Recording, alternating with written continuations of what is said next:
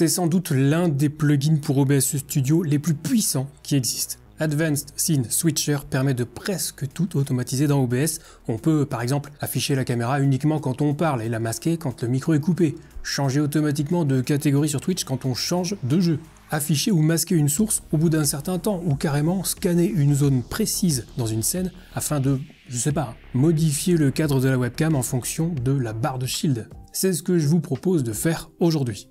Alors déjà, évidemment, on va télécharger et installer le plugin Advanced Scene Switcher. Et pour ça, direction la page GitHub du plugin. Section Release, on pourra prendre la dernière version du plugin et choisir une version correspondant à notre système d'exploitation. Dans mon cas, je vais choisir l'installeur pour Windows. Et une fois téléchargé, j'aurai juste à exécuter l'installeur et suivre le processus d'installation, ni plus ni moins, c'est hyper classique. Ensuite, on redémarre OBS et dans le menu Outils, on trouvera l'option Advanced Scene Switcher qui permet d'accéder à l'interface du plugin. Ce plugin peut peut-être paraître compliqué au début, mais il suit une logique qui est vraiment très simple. En gros, c'est comme la base de la programmation informatique. Si j'ai ça, alors je fais ça. Donc là, on va demander à OBS d'effectuer une action si une condition est remplie, ou si elle n'est pas remplie, ou si plusieurs conditions sont remplies, etc. On a énormément d'options. Si on regarde un petit peu l'interface du plugin, on peut déjà créer une nouvelle macro avec le bouton plus dans la colonne de gauche. On peut lui donner un nom et commencer à programmer entre guillemets en remplissant d'abord la zone de condition, puis la zone d'action. Premier exemple, si la date est le lundi à midi 6 et que le stream est en cours, alors je vais faire une action sur Twitch, sur ma chaîne TomTom, et définir le titre du stream sur « C'est l'heure de Catherine ». Donc si jamais OBS est lancé et que je suis en stream, si on est lundi et qu'il est midi 6, le titre de mon stream sera modifié automatiquement. Avec au passage une petite blague pour ceux qui ont un petit peu de culture ou qui ont joué à Civilization 6. Allez, on va prendre un autre exemple. Donc deuxième macro. Si une transition est déclenchée par le passage sur la scène de pause et que le stream est en cours, alors, en ce qui concerne l'audio, il y aura une mise en sourdine de l'entrée mic-aux, donc du micro. Autrement dit, dès que je passerai sur ma scène de pause dans OBS, mon micro sera mute automatiquement. On est toujours sur la même logique. Si la condition est remplie, alors l'action est effectuée. Alors je me répète un petit peu, mais quand on a compris ce principe très simple, on peut faire énormément de choses, tout simplement parce que les conditions de déclenchement disponibles sont énormes. Allez, on va prendre un dernier petit exemple simple pour bien comprendre les possibilités et la puissance du plugin.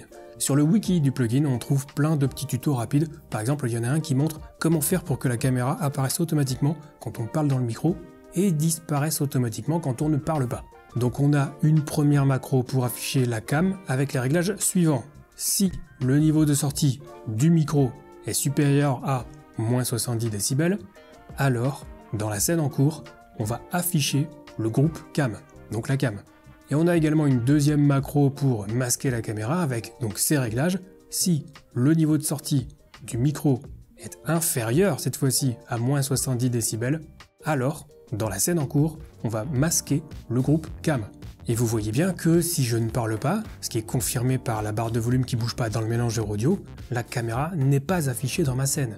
Mais si je commence à parler, le volume de mon micro est détecté et la cam est affichée.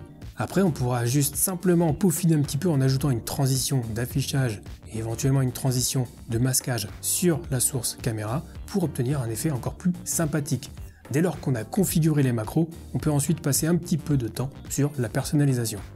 Et comme je vous ai écouté, j'avais dit que je ferais un petit tutoriel entièrement dédié à ce plugin, donc je me suis creusé un petit peu la tête pour trouver un effet sympa et original, quelque chose qui sortirait de l'ordinaire, et j'ai finalement pensé à la chose suivante. Faire réagir ma webcam en fonction de la barre de vie de mon perso, ou dans l'exemple précis qui va suivre, en fonction de la barre de bouclier, puisque voilà, pour des raisons de simplification, j'ai fait mes tests sur Fortnite. C'est possible aussi qu'il existe d'autres façons de faire, notamment avec des logiciels comme Overwolf qui récupèrent directement les informations du jeu. Et moi j'ai préféré me focaliser sur le plugin Advanced Scene Switcher parce qu'il permet de faire énormément d'autres choses et c'est vraiment très puissant. Donc pour réaliser mon effet, j'ai eu besoin de quoi? Du plugin Advanced Scene Switcher déjà, évidemment, mais également du plugin Move, du plugin OBS Shader Filter pour la personnalisation et d'un cadre de webcam. Alors les plugins, on sait où les récupérer, les liens seront dans la description. Le cadre de webcam, vous le prenez où vous voulez, peu importe, Vous pouvez même le créer vous-même. Pour l'exemple, moi j'ai simplement pris le cadre animé dispo dans le pack Zero Absolute Gaming qu'on peut acheter chez Owned. Et oui, parce que si vous ne le saviez pas déjà, j'ai bossé avec Owned pour vous proposer un petit pack de stream complet avec overlay, alerte, panneau de chaîne Twitch, bannière de profil, etc. Vous pouvez le choper sur la boutique owned.tv et en profiter pour regarder s'il y a autre chose qui vous plaît, hein. Il y a un très grand choix d'overlay.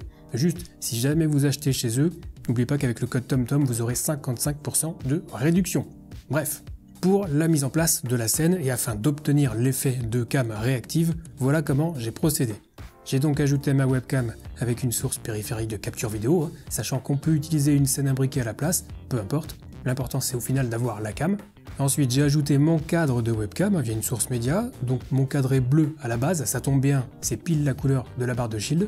J'ai dupliqué mon cadre et pour avoir une autre couleur, en l'occurrence le vert de la barre de vie classique, j'ai simplement ajouté un filtre de correction des couleurs et joué sur le décalage de teinte et la saturation afin d'obtenir un vert proche de celui de la barre de vie. J'ai bien placé le cadre bleu au-dessus du cadre vert, c'est important pour les faire chercher. J'ai aussi ajouté des labels de stream pour la forme, ça c'est totalement facultatif, et j'ai mis le tout dans un groupe pour pouvoir déplacer l'ensemble au besoin. Jusque là, il n'y a rien de bien méchant. Sur le cadre bleu maintenant, j'ai ajouté un filtre rogné encadré qui sera contrôlé par le plugin Move afin de modifier la taille du cadre bleu. Vous allez comprendre. Et j'ai simplement renseigné les dimensions de base de la source, information qu'on peut récupérer en appuyant sur le raccourci CTRL plus E quand la source est sélectionnée et déverrouillée. Donc là, j'ai simplement mis les dimensions 700 par 500 pixels. Ensuite, toujours sur le cadre bleu, j'ai ajouté un autre filtre, cette fois-ci Move Value, ce qui est possible grâce au plugin Move, que j'ai nommé Shield 0% et réglé pour qu'il agisse sur le filtre de rognage, notamment la largeur avec une valeur à 0 pixels et une durée d'exécution de 1 seconde et un déclenchement lorsque ce filtre est activé. En gros, si ce filtre est activé, mon cadre sera rogné jusqu'à avoir une largeur de 0 pixels, donc jusqu'à devenir invisible, et la transition durera 1 seconde. Si j'active le filtre, vous voyez que en 1 seconde, mon cadre bleu se retrouve complètement rogné, c'est aussi simple que ça. J'ai donc répété l'opération avec 4 autres filtres Move Value pour les valeurs de bouclier égales à 25%, 50% et évidemment 100%, et pour chacun de ces filtres, j'ai simplement modifié la largeur du rognage. Si j'active maintenant les filtres les uns à la suite des autres, on peut d'ores et déjà constater que l'effet de base est réussi. Il reste juste à peaufiner un petit peu en ajoutant une secousse et surtout automatiser les effets en fonction de la barre de shield dans le jeu. Alors pour les secousses, j'ai ajouté un simple filtre User Defined Shader qu'on retrouve grâce au plugin OBS Shader Filter sur mon groupe Cam en utilisant le shader Shake qui, avec quelques petits réglages rapides, m'a donné satisfaction après avoir vérifié l'effet en activant puis désactivant le filtre. Ça tremble juste ce qu'il faut, il faudra simplement activer et désactiver le filtre assez rapidement pour que ça accompagne le rognage du cadre bleu. Donc tous les éléments sont en place, maintenant il va falloir automatiser l'ensemble en fonction de la barre de bouclier visible en jeu. Et c'est là qu'intervient Advanced Scene Switcher avec ses macros. Donc je vais vous expliquer comment j'ai procédé pour la première macro et on passera un petit peu plus rapidement sur les autres vu que le principe sera exactement le même. Direction l'interface du plugin accessible via le menu outils d'OBS. J'ai créé une première macro que j'ai renommée Shield 100% pour quand le bouclier est au max. J'ai ajouté une condition si, choisi l'option vidéo dans le menu déroulant, j'ai choisi de prendre en compte une scène, la scène jeu horizontale en particulier, puis l'option correspond à un motif. Enfin j'ai cliqué sur parcourir et là j'ai l'option soit pour aller chercher ma propre image ou pour utiliser l'aperçu de la scène en cours. Pour faciliter le travail, j'ai enregistré mon gameplay. Ça me permet de mettre la vidéo en pause, mais c'est évidemment possible de faire ça avec une source capture de jeu. Moi, je veux récupérer la valeur du bouclier quand il est au max, donc à 100%. Donc je vais caler la vidéo au moment où le bouclier passe à 100%. Ensuite, dans ma macro, une fois que j'ai cliqué sur parcourir, je choisis donc l'option créer une capture d'écran et je vais aller chercher la petite zone où j'ai la valeur du bouclier sur laquelle je vais dessiner un petit rectangle. Cette petite zone est normalement confirmée par la suite. Si je laisse le curseur de la souris sur le bouton parcourir, on voit très bien la valeur 100. Et là, je suis simplement en train de dire au plugin que je veux qu'il agisse dès qu'il voit le nombre 100 sur l'image. Alors pour que ce soit un petit peu plus précis, je peux affiner le seuil de tolérance. Plus on augmente ce seuil, plus l'image devra correspondre à la petite zone que j'ai capturée, donc au nombre 100. Aussi, pour éviter que toute la scène soit scannée, on peut restreindre la vérification uniquement à une petite portion de l'image. Et bien c'est ce que j'ai fait en délimitant une zone à peine plus grande, là où est affichée la valeur du bouclier. Et cette fois, je suis en train de dire au plugin d'agir uniquement quand il repère le nombre 100 dans la petite zone d'analyse, ce qui est quand même beaucoup plus précis. Donc là, je viens de définir le déclencheur, reste à définir l'action qui en découlera. Et là, c'est un petit peu plus simple. Donc dans la zone d'action, j'ai ajouté une action sur un filtre qui se trouve sur la source cadre cam Shield On, que je veux donc activer, ce filtre étant celui nommé Shield 100%. En l'état, là, ça doit déjà fonctionner et je peux même faire le test. Si j'active la macro en la cochant dans la colonne de gauche et que je m'assure que le cadre bleu est bien à 0%, si je vais à l'endroit de mon gameplay où le bouclier passe à 100%, et bien normalement l'effet est déclenché, c'est parfait. Reste à ajouter l'effet de tremblement. Je vous passe les multiples essais pour trouver les bonnes valeurs, mais en gros, dans la macro, j'ai simplement ajouté un délai de 0,35 secondes, puis j'ai demandé l'activation du filtre pour les secousses sur le groupe cam, j'ai ajouté un autre délai de 0,60 secondes et demandé la désactivation du filtre pour les secousses.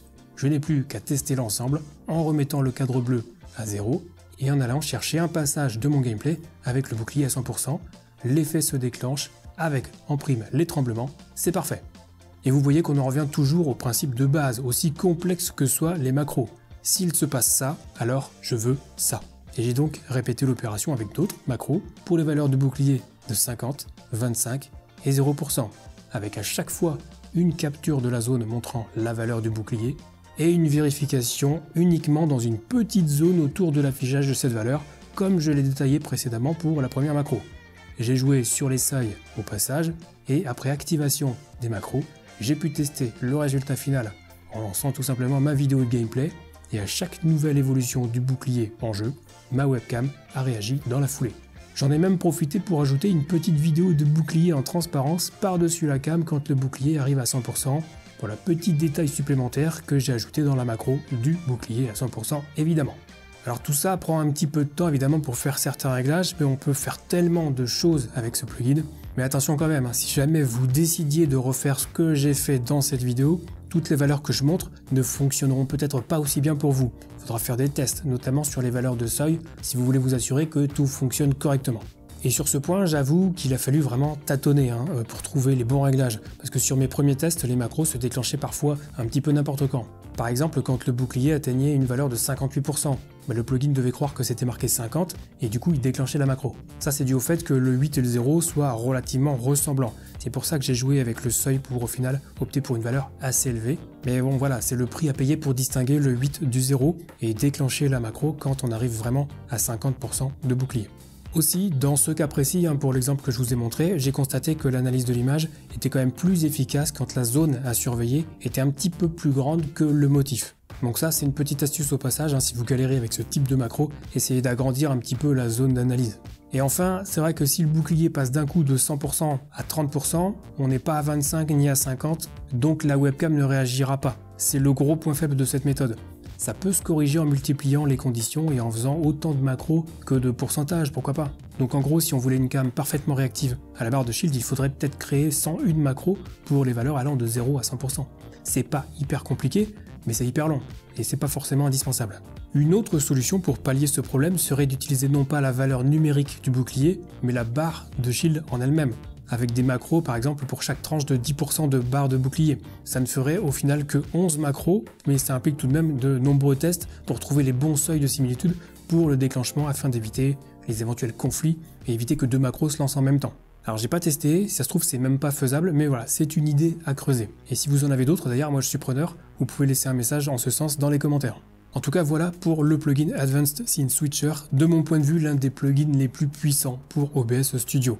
Si la vidéo vous a plu, n'oubliez pas le petit pouce en l'air et l'abonnement à la chaîne, ça se tient toujours et c'est gratuit.